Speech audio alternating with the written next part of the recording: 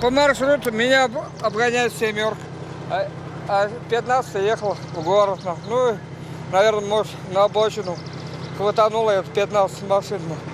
И ее разворачивают. Вот весь результат.